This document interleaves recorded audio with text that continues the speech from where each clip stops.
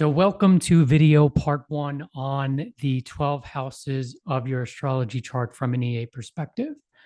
And so, I wanted to create this one because if you're familiar with your chart or you're familiar with astrology, or even if you're not, and you search online for the meaning of the 12 houses, you will typically find a bunch of keywords associated with them. And that is certainly valid. Like if you take the third house, you'll see siblings, you'll see communication, early childhood, short trips. You'll see a bunch of keywords listed with all of the houses. And that's certainly valid. But from an EA point of view, there's an underlying energy. So if you wanted to read your chart from your soul's perspective, what am I here to experience? Or how am I projecting my energy in the world, right? This would be the way to look at it. It would be foundational. So that's what I wanted to cover here. So this will be video part one. I'm going to do a second part, which is going to be like a layer on top of this one. And so with that, let me share my screen and we can start rolling through it. Okay, so here we have the view of the 12 houses. And so I like to view this as 6 bands of energy rather than 12 houses. And that's how I'm going to describe this because that's what it is. It's their bands of energy. So each house has an opposing house and it's an experience in our consciousness, right? So that's how I'm going to go through and describe these. And so let's start with the first house. And you'll notice, and I'm going to cover this in the second video, that each one of these houses has a corresponding planet that's its ruler, right? And so that's on the outside here. You see Mars and Venus, Mercury and the moon. And I'm going to get into that in the second video. But for the purposes of this one, we're just going to start with the energy of the houses.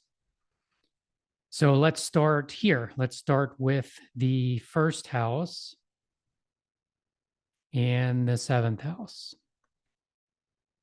So that's one band of energy. And so we start here with Aries. So Aries, if you look at your chart, that part of your chart is called the ascendant over here, which I already covered in another one of my videos. That's your ascendant. And so the first house is you. That's how you innately project to people closest to you.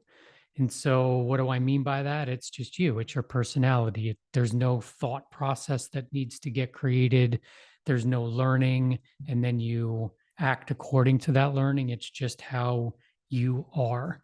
Your energy gets projected. And so, for you, when you look at your chart, you may have Aries on the ascendant, but more than likely you probably have a different sign on the ascendant, and that's cool.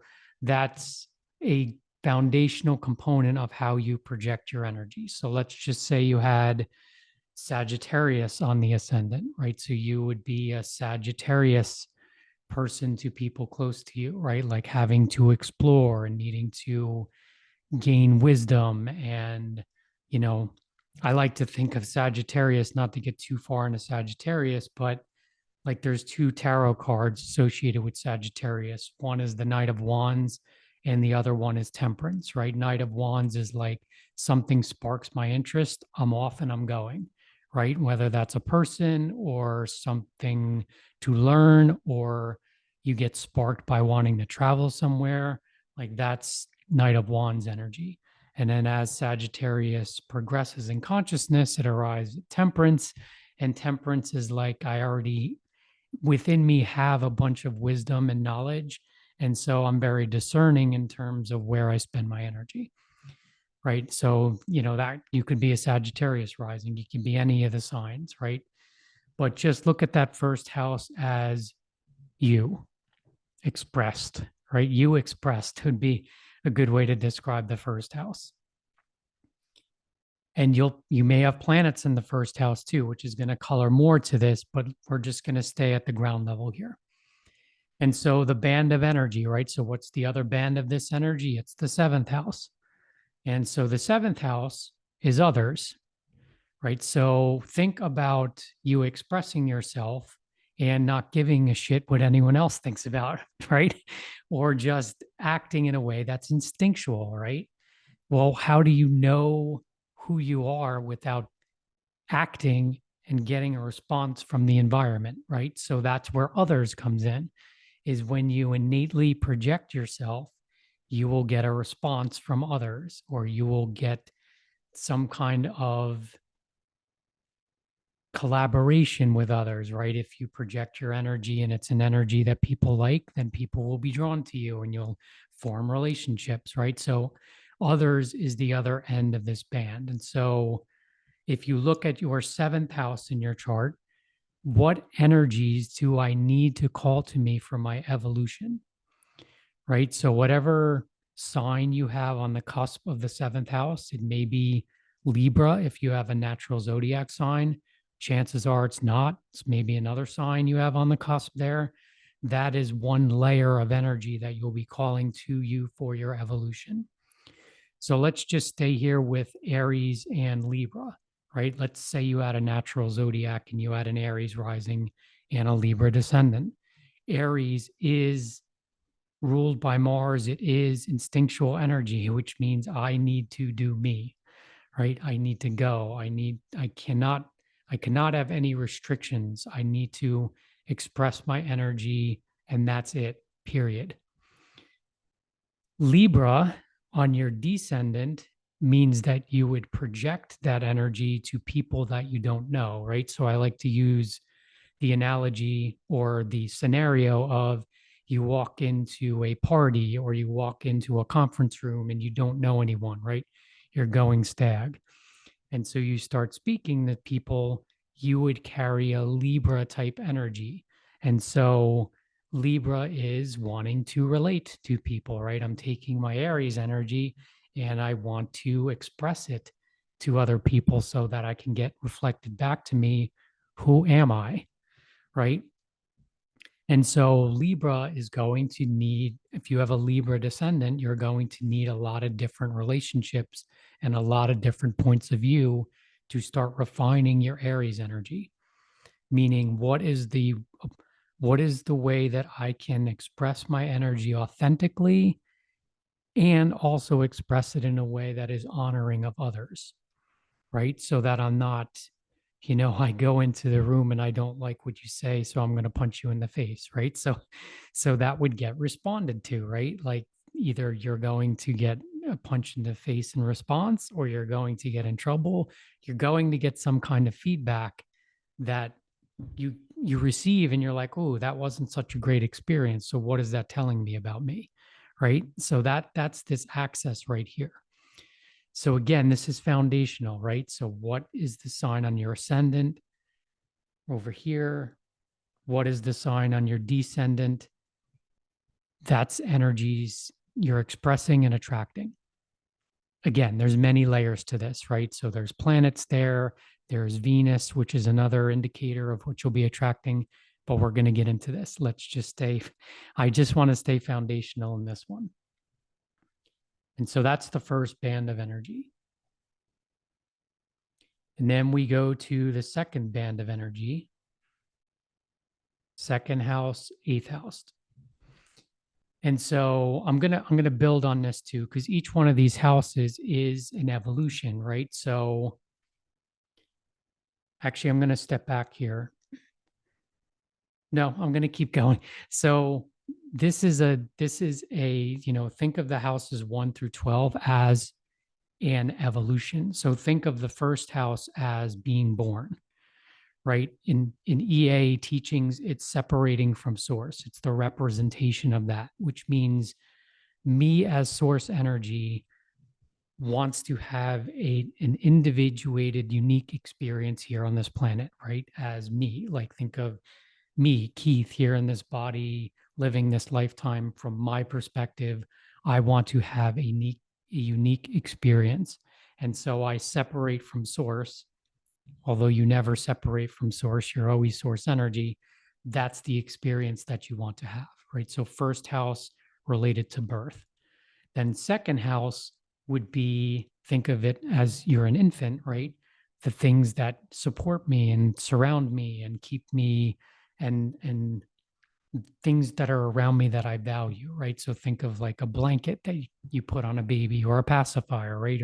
Or things like that. That would be personal resources, right? And so I'm going to discuss this as I keep going through and build on these houses.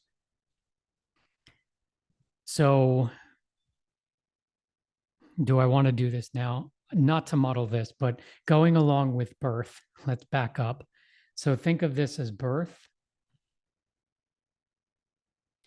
Think of this house here as representation of source.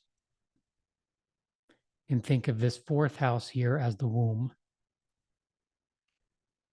right? So that's kind of the trinity that's at play in everyone's chart between the first, the fourth, and the eighth house, which is like I'm source energy that is in my mother's womb, all safe and secure, and I'm getting the nutrients I need, and I'm developing as a unique individual. And then I become born and I have my own unique experience, right? So there's this trinity at play within everyone's consciousness, which is I need to do me. I'm an expression of source energy, and I need to feel safe and secure, right? And then so how that gets, I want to use the word muddled, but that's not really correct. But where the human experience comes in is how do I take all of that, right? I need to do me, expression of source energy. I need to feel safe and secure. I have to have my emotional needs met. And then I take that out into the world with everyone else that has this trinity going on, right? So think of all unresolved emotional issues and needing to be independent and needing to experience my own things, and then trying to join that with another person, which is represented here, right? That's when all the shit comes to the surface, right? That's when all the projected needs come out. That's when all the emotional needs that weren't met come out. That's really where the gold is, right? In terms of knowing yourself. And so I felt I needed to go into that rant. So let's get back on track here with the second and the eighth house. So the second and the eighth house, the second band of energy here is, so what signs do you have on the cusps here? Second house, it's foundationally, I have personal resources, but it's also self-esteem, how you feel about yourself. It's also related partially to sexual energy and survival. What do I need to survive? How do I use my personal resources to survive? And so if you think of it like I described it with being born, and then the second house when you're an infant, your parents or caregivers are are caring for your survival, right? They're providing for you. There's a house, there's a shelter, there's food, there's blankets to make sure that you're nice and warm, right? And so it's related to that survival. And so this second house is related to, the sign on the cusp is what energy are you working through? What do you value to sustain your existence, right? And how do you express that would be the sign on the cusp of the second house. The natural sign of Taurus is very inward, right? Like, what do I need? How do I express myself? Maybe you have Leo on the second house cusp, and that would be Leo related to the fifth house, ruled by the sun, which would mean I need to express my creativity. That's important to me. And I need to be recognized for it, would be a big part of what I value, right? Both in myself and other people is a part of that energy. And so, again, any sign there, planets, although we're not getting to the planets yet, but that represents your second house foundation. Foundation is another good keyword there for the second house, too. Your foundation, although the fourth house is more foundational, but Yeah, scratch that. Foundational is more fourth house. So, eighth house, the other end of this energy band is merging, right? I talked about source. It's taking yourself and merging it with another person. So, think of sexual energy, although you'll see sexual energy expressed in the fifth house too. But from an EA perspective, think of the eighth house sexual merging, think of marriage, think of, you know, energy is money too. So financial resources like investing in something, investing in a company, investing in your job, or maybe, you know, you cohabitate with somebody and you pool your resources, right? That's all eighth house territory.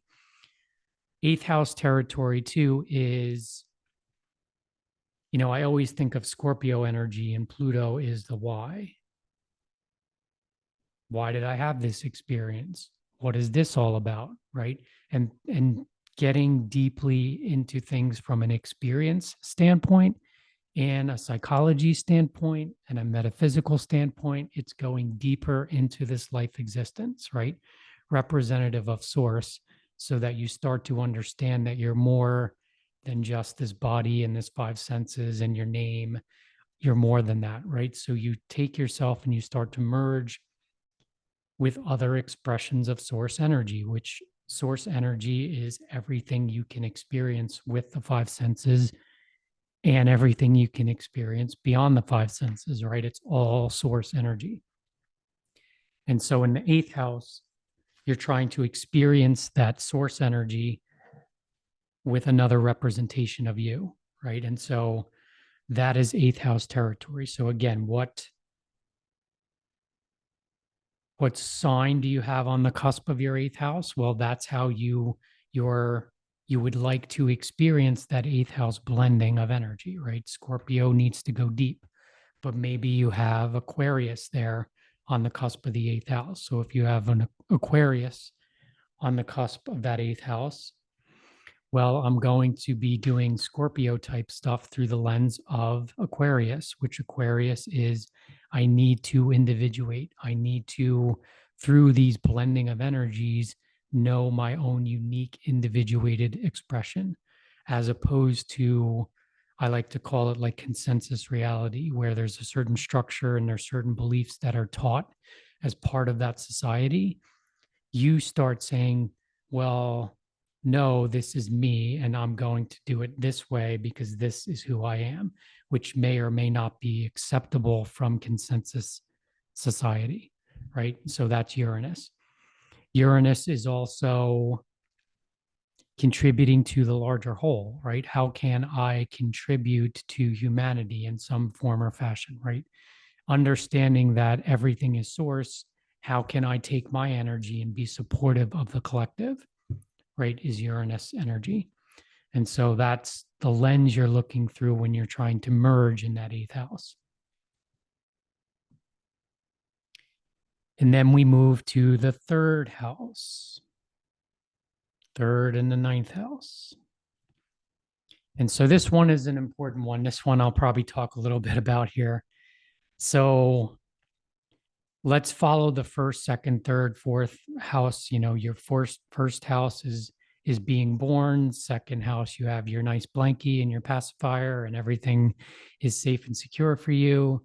Third house is, think of it of a baby's development. It's the stage of exploring, right? It's like I'm gonna pull shit off the table, and I'm gonna mess stuff up, and I'm gonna put stuff in my mouth that I shouldn't put in my mouth, right? Like that's third house territory, is learning and gaining information about this reality.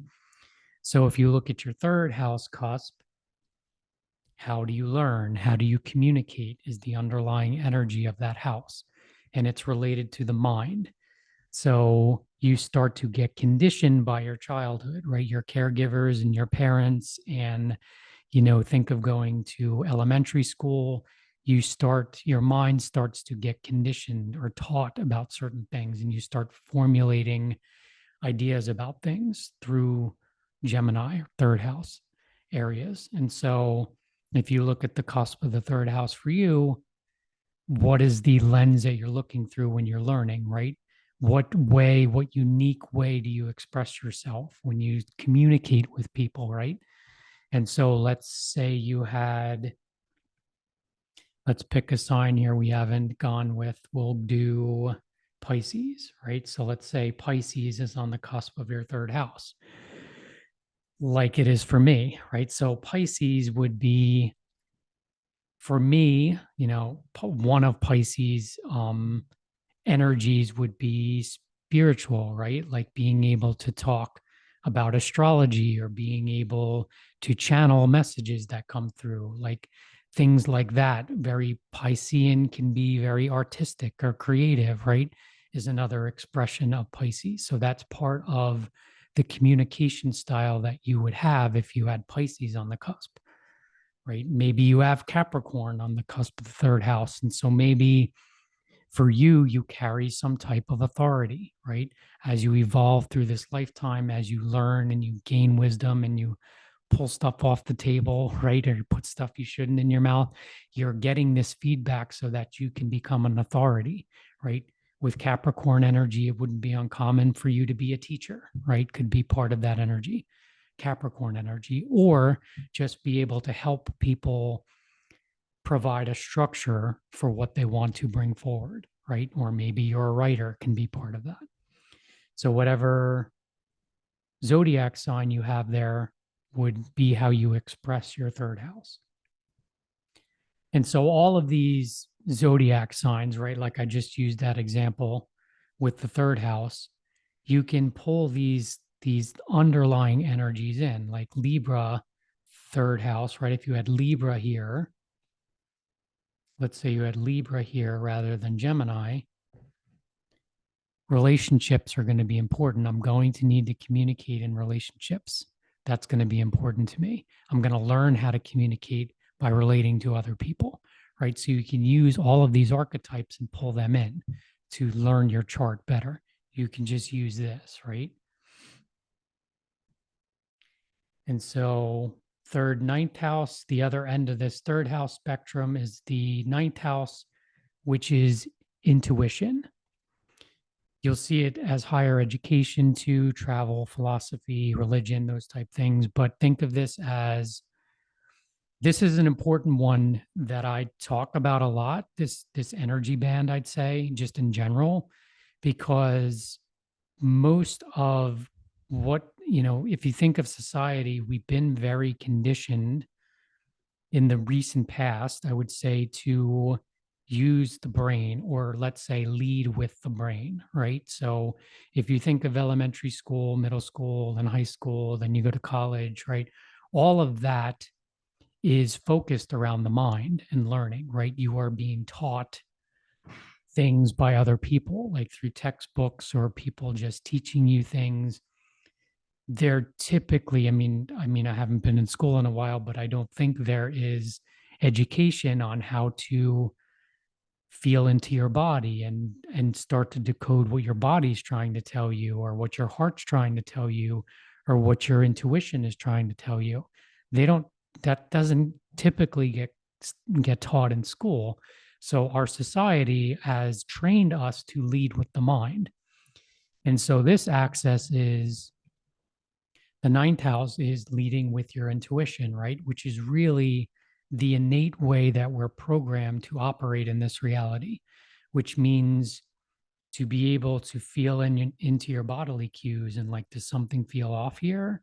And take that cue to be like, okay, there is something off. And maybe I logically can't explain why, but I can feel it, right? And that's the intuitive part of you.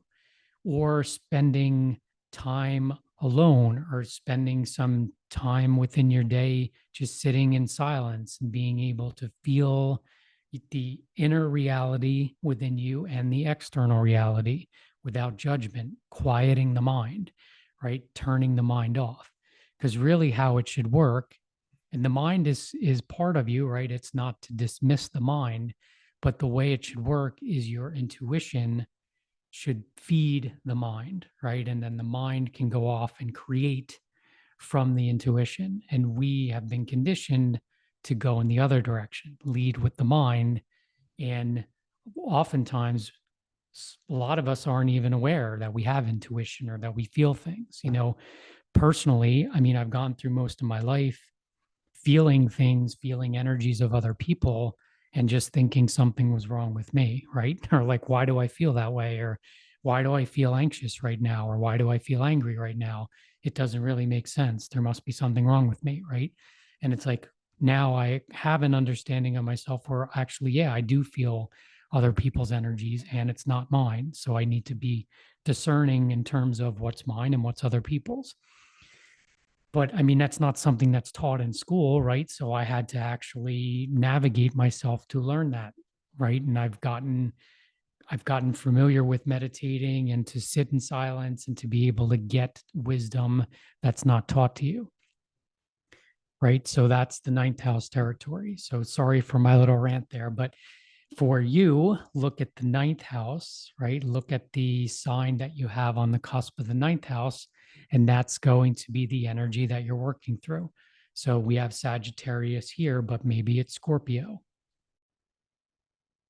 right? Maybe Scorpio is on the cusp of the ninth house. So I intend to develop my intuition and develop my own philosophy in terms of this life experience through the lens of Scorpio, which means I'm going to need to gain that experience through merging or going deeply or having psychological conversations with people. And it's not just psychological, right? Because psychological is the mind, right? It's actually feeling things, which is an element of Scorpio energy too, right? It's like merging deeply with people and understanding there's more here than just these five senses, right? Can be an expression of Scorpio energy. But if I saw Scorpio there, it depends on each soul's evolution, but Scorpio typically means you're going to have some deeply impactful experiences that are meant to help you learn ninth house, right? Who you are and develop your own philosophy. And so that's the third and ninth house. And then we go to the fourth and the 10th house. And so the fourth house, think of this, the child being born in the first house, the second house, the blanket and the pacifier, the third house, pulling stuff off the table. The fourth house is your family unit, right? Your foundation. It's literally your home, right? So think of the child now being influenced by the parents or caregivers, right? So think of your emotional needs. It begins to create your ego, right? And ego kind of gets a bad rap. You're always going to have an ego. So, like, I've seen teachings of how to get rid of the ego, and it's like you can't get rid of the ego. So, I understand what they mean by that, but you're always going to have an ego. You're always going to have a name. You're going to be in a body. You're going to have a perspective about this reality. So you're always going to have an ego. But think of like a spiritual awakening where somebody, their ego gets wiped away, right? And it's not getting rid of their ego, it's just removing the way they had constructed their reality up until that point. It's completely flipping it, right? But they still have a name, they're still in a body, and they still have a perspective. And maybe during a spiritual awakening, their perspective is they don't know what their perspective is because everything's been wiped out, but they're gradually going to create a new one, right? So you'll always have an ego. But again, it's where your ego gets created, right? And how you start to understand things. And it's the place of safety and security. And so in childhood, maybe your emotional needs weren't met. Maybe you didn't feel safe, right? And so that is your foundation of your chart, the fourth house and the sign on the cusp of the fourth house. And so when I look at a lot of people's charts and I read people's charts, a lot of times that area, the fourth house, had some difficult experiences, but I can see the deeper meaning from an evolutionary perspective. Well, why didn't you have your emotional needs met? Or why did you not feel safe, right? That is actually part of the experience that you're meant to have in this lifetime. And there's a specific soul reason why, right? And so that's like the power of evolutionary astrology. But just talking about the fourth house, look at the sign on the cusp of the fourth house. That's the lens or the energies, part of the energies that you and your family are working through. So the south node of the moon and the north node of the moon is important there too. But again, this is just foundational. So fourth house, the sign there, that's the energies that you and your family agreed to work through, right? So you might have Cancer there, which is the natural sign of that house, the fourth house, but maybe you have Leo, right? Let's say Leo is here, right? So you have the sign of Leo on the fourth house. So you and your family were working through the energy of Leo, creativity, fun. Leo is also, the sun. It's the center of the solar system, right? So maybe you experience the fourth house energy in Leo as people that wanted to shine their light, right? Right. And maybe that can be experienced as being overpowered, right? Like think of staring up at the sun. You can't stare at the sun, right? Because you'll be blinded, right? So Leo energy can be, maybe that was part of your experience, was maybe you were overshadowed because there was a lot of Leo energy in the house and you didn't feel like you can express yourself, right? So there would be a reason for that if I looked at your chart in its entirety, right? And so just looking at it foundationally, if you had Leo there, you're working through the lens of Leo or any of the other signs here, right? And so that's important because it's your foundation and it's going to influence how you come out in society, which is the other end of this band of energy, right? And so I might go longer here than I did in the third and the ninth house because there's another layer to the fourth and the 10th house, which is masculine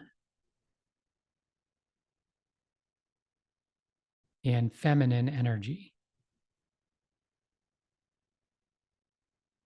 which I'm not talking gender specific here. Everyone carries masculine and feminine energy within them, but it's how masculine and feminine was represented to you in childhood, right? And how your own balance between your masculine and feminine was expressed and how it was responded to in childhood, right? And so, one of the, and I'm going to get into this in future videos when I actually start talking about the heart of evolutionary astrology, which is Pluto and the nodes of the moon.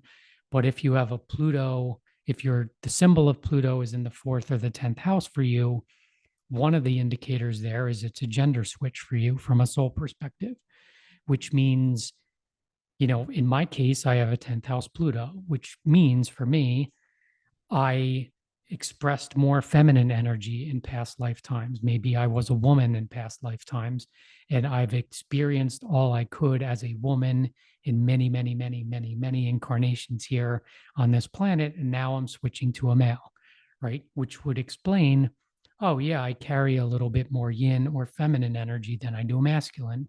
Well, now when I saw Pluto in my 10th house and I learned evolutionary astrology, I'm like, got it. I understand it now, right? And so how I experienced that in childhood was more of my masculine energy was catered to or encouraged to be expressed. So I had more masculine energy, but now I understand, or I'm realizing and stepping more into the yin or feminine energy because I understand my chart better now, right? So for you, this access is going to show you that.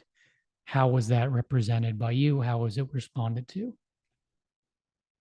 And so this 10th house, what's on the cusp there for you would represent your career, right? Literally your career, how you come out in society, the masculine side of you, although Capricorn and that house is yin, it's still, if you looked at Saturn in your chart, it would be representative of your father. It doesn't have to be your father. It's just who held the container in your childhood, right? Caregiver, parents, it doesn't matter, mother, father, mothers, fathers, it doesn't matter, any of that.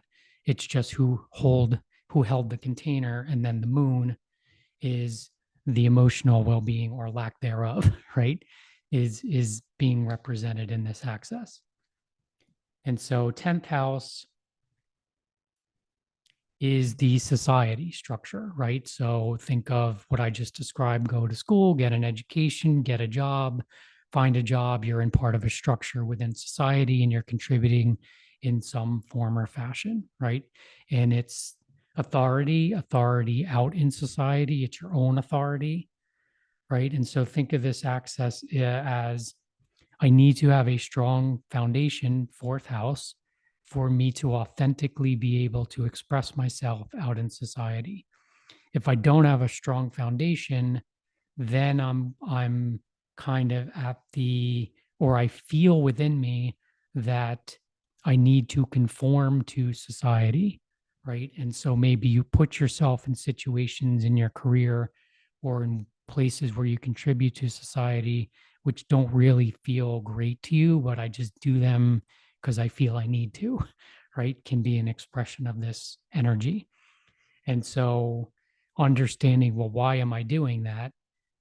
And uncovering anything here that may need to be uncovered and released and healed will then allow you to confidently be your own authority out in society, right? And put yourself in situations or structures that are supportive of you. So, what sign do you have there? Maybe you have Aries. Maybe Aries is there instead of Capricorn, right? So that's going to be really important for you. Part of who you are is how I contribute in society. Remember, Mars, Aries, instinctual, that's going to be important. So you may be just naturally, innately a leader out in society, can be a representation of Aries energy up on top of your natal chart, right? That can be an expression of that. Or maybe you naturally project yourself out in society and then you get feedback for refinement to be like, okay, how do I do this in the best way possible to come out authentically, but do this in a way that serves other people? Can be Aries energy. Aries energy, like I said, like I think of the Emperor card in the tarot, a leader, a natural leader can be part of that. I feel like I want another example there, like maybe Gemini is up there in the 10th house, right? So, Gemini, communication is going to be a big part of how you're seen out in society, right? And this is just foundational, right? There are other symbols that can mean you have to evolve through this lifetime and find your voice in society, can be part of it. But just Gemini, communication is going to be a big part of how you come out in society. And so we roll on to the 5th and the 11th house, that energy band. And so the 5th house, if we go through, you were born, first house, second house is the blanket and pacifier. Third house is pulling stuff off the table. Fourth house is your safety, your emotional well-being, your ego creation. The 5th house is taking the crayons out of the drawer of your mom's desk and drawing on the walls, right? It's the creativity part of you, right? It's like I've had all these experiences now, and now I need to express who I am creatively, and I need to be acknowledged for it, right? So, what sign do you have on the 5th house? If you have Leo there, it's really important for you to shine, right? Your creativity. Maybe you have Virgo. Maybe Virgo is there for you on the cusp of the 5th house. And so being of service would be an important part of expressing your creativity, or maybe a strong analytical mind, which we're going to get into Virgo next, right? So you would pull that into the 5th house, and that's going to be an important part of expressing your creativity. And then the other end of this is the 11th house, which is like, if you think of the 5th house, it's like, okay, I'm expressing my creativity. I've got the crayons out, I'm coloring on the walls, right? And then your parents come in and they're like, what the hell are you doing? Right? Why are you coloring all over the wall? And so the 11th house, the opposite end of this is, how do I take that creativity within me, and how do I express it in a way that is in service to the collective, to humanity, right? How do I do this in a way that helps others, right? And so I think of a couple ways this can potentially be expressed. There's many more, but like just two examples is, people with Leo energy, maybe that if they had Leo energy in the fourth house and they felt like they were being overpowered and they could not express themselves, maybe this fifth house energy, maybe this works for them where they have a room in their house where maybe they're an artist or a painter, right? And they paint stuff, but it stays into that room. It stays in that room, right? They don't feel like they it's good enough or they can share it with other people. They just kind of keep it to themselves, or maybe a select few know about it, right? And so that could be the expression here is maybe you are very creative, but you don't feel confident enough to be able to bring it out. Or the other end of this could be that it's the other end of the spectrum where, like, yes, I have a ton of creativity and I express it, but maybe I don't, it's the underlying energy of not really feeling confident, but it's externalized as I am confident, but I'm confident. I, I derive my confidence from taking the power away from other people, meaning like I would go into a situation or I would be leading people, but I would actually be taking their energy because I don't feel like I have the power within me. So think of like narcissism or things like that. And that's not always the case with a Leo archetype.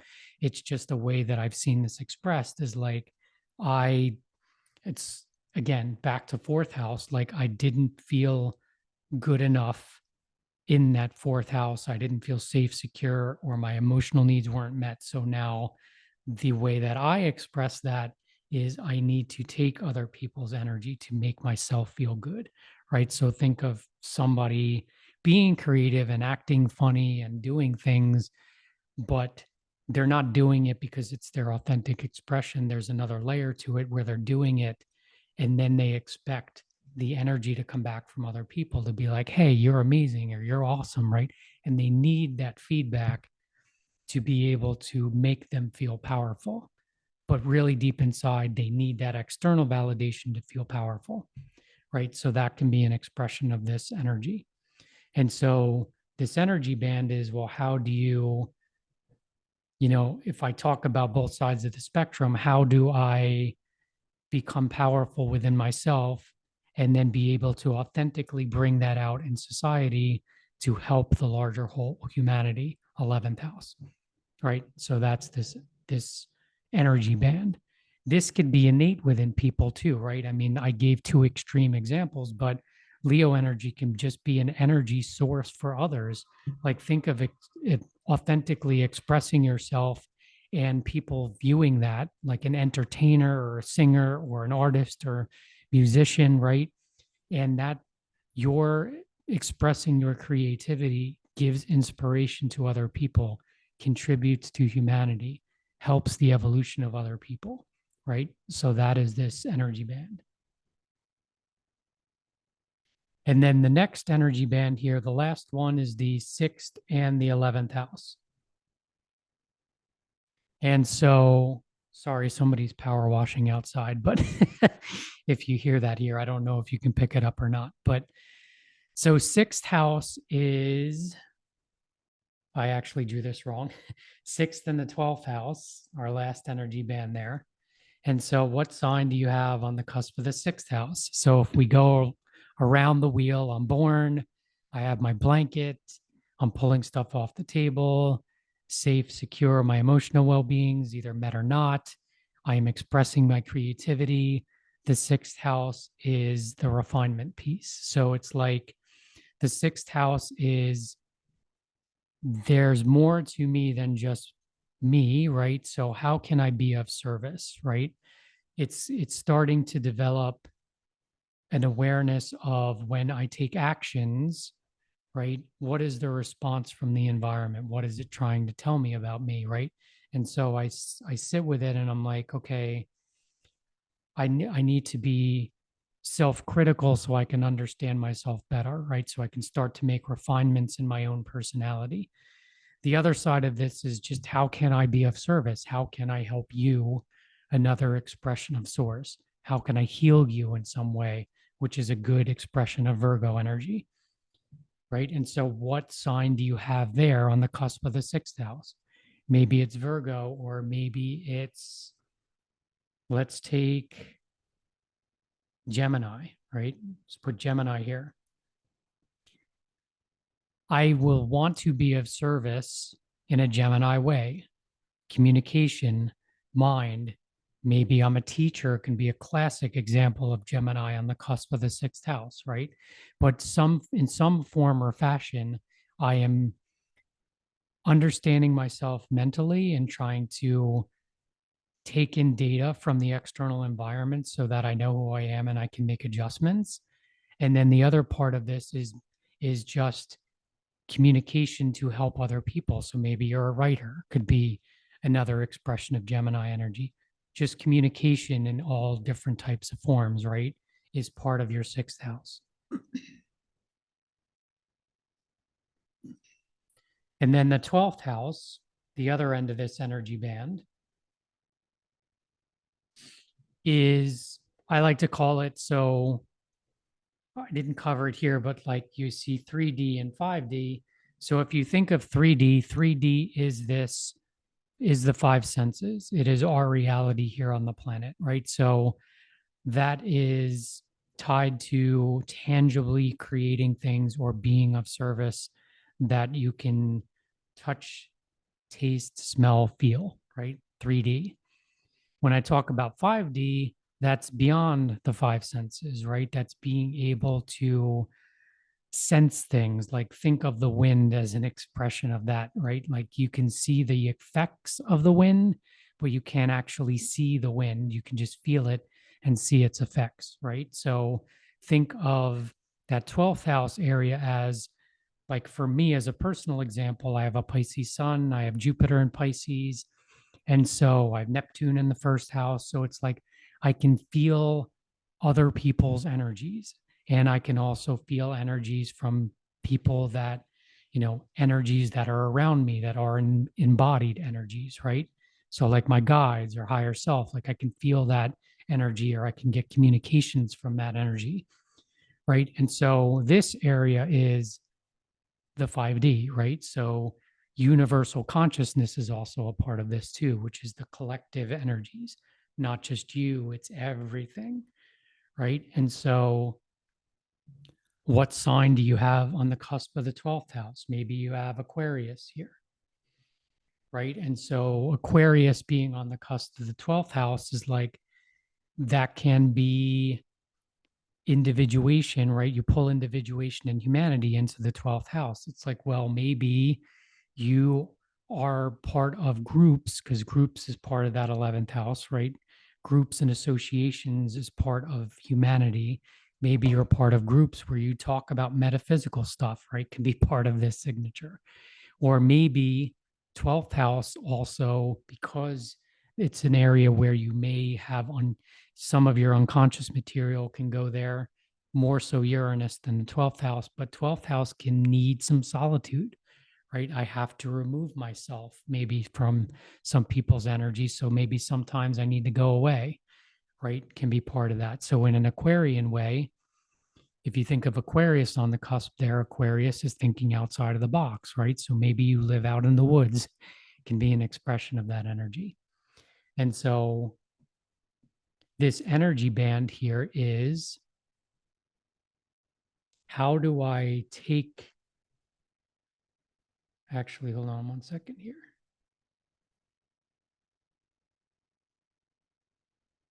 Somehow I put the camera on my my writing tool. So if you look at this energy band, how do I take this energy here and how do I ground it into this reality? So another 12th house indicator or Pisces energy indicator is, because I feel things in this 3D that maybe sometimes can overwhelm me, there's where you can see the escapism, right? Or like think of using substances to numb yourself can be part of this, right? And not really being grounded in this reality. Wanting to escape this reality is part of this axis here. The other part of this axis is it was taught in evolutionary astrology is the victim martyr axis, which Pisces energy can feel like things are coming at you from this 3D reality that are overwhelming, right? And it feels like it's too much. And I feel like I'm being overpowered here, can be part of the 12th house energy. The 6th house can be, I'm going to help you, but maybe helping you feels good on some level, but it's not really giving me energy, right? I'm just helping in every way that I can and being of service in every way that I can. But at the end of the day, I feel energetically drained. It's not giving me life force energy. It's not helping me. It's not a collaborative energy exchange, right? So that's this access too. So for you, look at the sign here, look at the sign here, and that's the energies that you'll need to step into to be able to step into the more of who you are, right? More than just the five senses. And then how do I take that and how do I contribute that in a way that feels good for me, that's life-giving for me and helps other people, right? So that is this access here. So let me see if there's anything else here. I don't think so. I think that pretty much covers it. And like I said, these planets that you see associated with these signs or these houses, I'm going to cover in the next video. So thank you very much for checking this out. Thank you for being here. And I will see you again in another video. Take care. Thank you.